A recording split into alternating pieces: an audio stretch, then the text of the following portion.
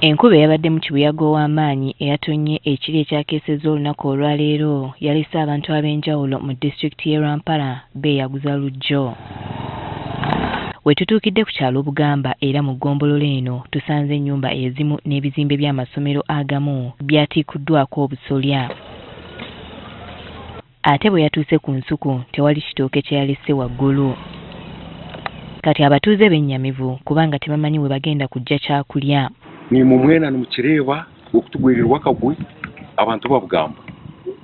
Amashomero gagenzire, ekanisa egenzire, entookye z'abantu zoona ziri hansi y'omuyaga kandi yashisha ebintu bingi by'abatuuze, yashisha entookye, yashisha omwani, yashisha amaju, amaduuka, ebintu bingi twabiseera kandi omwanya ogu. Essomero li Bugamba Integrated Primary School ne Bugamba Secondary School nago tegasigazza busolya. That school is a good thing, but it was a heavy storm.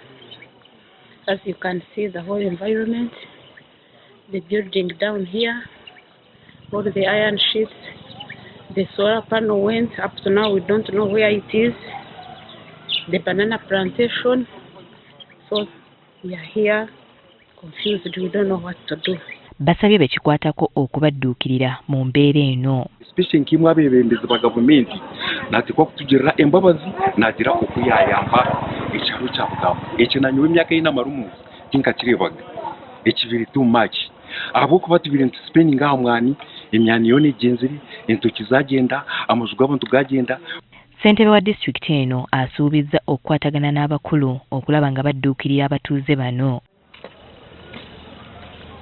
Ab'entebereza y'obudde baavaayo ne bategeeza ng'enkuba bw'egenda okutonnya okutuusa mu mwezi gw'omukaaga wadde nga baali basuubizza nti tejja kubeera ya bulabe.